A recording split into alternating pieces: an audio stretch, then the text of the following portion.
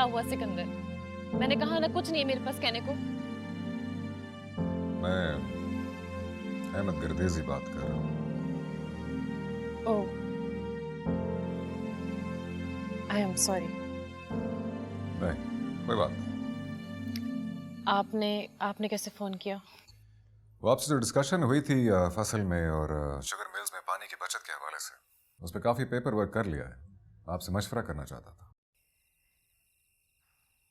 वो सब तो ठीक है करतेसी साहब, लेकिन ये जो आप इल्जामात लगे हैं,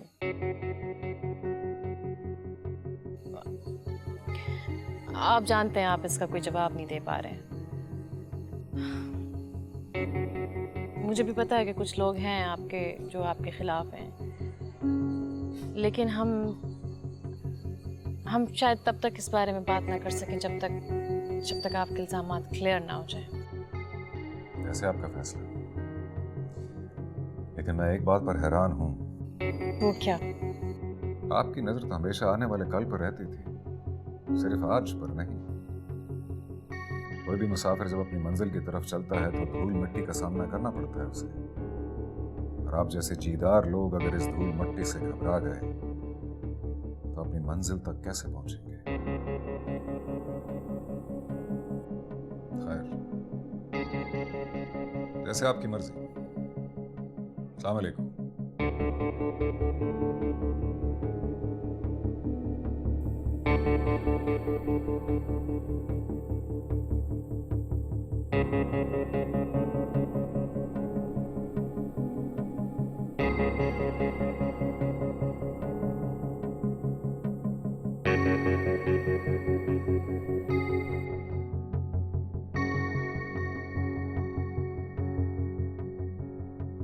मलूक शाह साईं से माफी मांग के आ रही हूँ।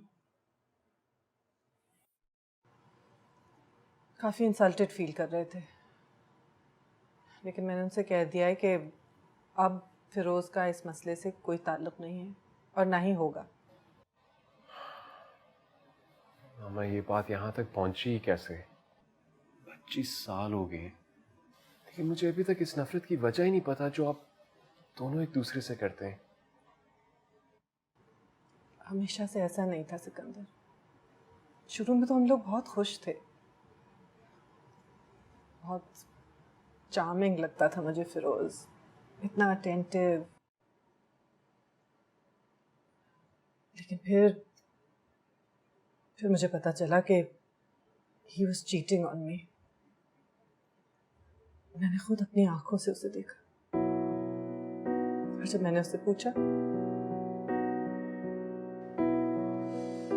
तो उसने मुझे मारा, बहुत मारा, बेल्ट से, जूतों से।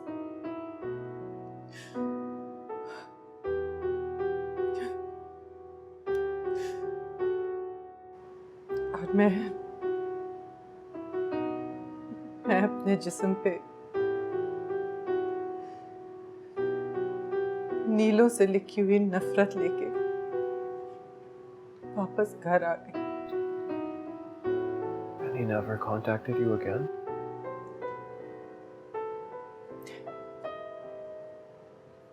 बल्कि जब बाबा साईं ने फिरोज के अब्बू से कांटेक्ट किया तो उन्होंने भी कोई ज्यादा दिलचस्पी नहीं दिखाई अपने बेटे के एडवेंचर्स में।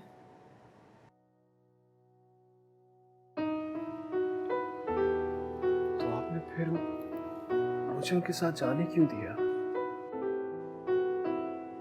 मैंने तुम्हें नहीं भेजा सिकंदर। मैं तो इतना रोई, इतना तड़पी, लेकिन फिरोज तुम्हें ले गया। उस वक्त हमारी अलहदगी हुई भी थी, तलाक नहीं हुई थी फॉर्मली। तुम मुझसे मिलने गए हुए थे कुछ दिन के लिए, और मेरे बाबा साईं का भी ये ख्याल था कि बेटे और बाप को एक दूसरे को ओन करना चाहिए, जानना चाहिए। मुझे पता भी नहीं चला वो तुम्हें लेके मुल्क से बाहर चला गया। तो आपको तो आपको याद नहीं आई मेरी कभी? याद तो मैं तुम्हें एक लम्हे के लिए भी नहीं भूली।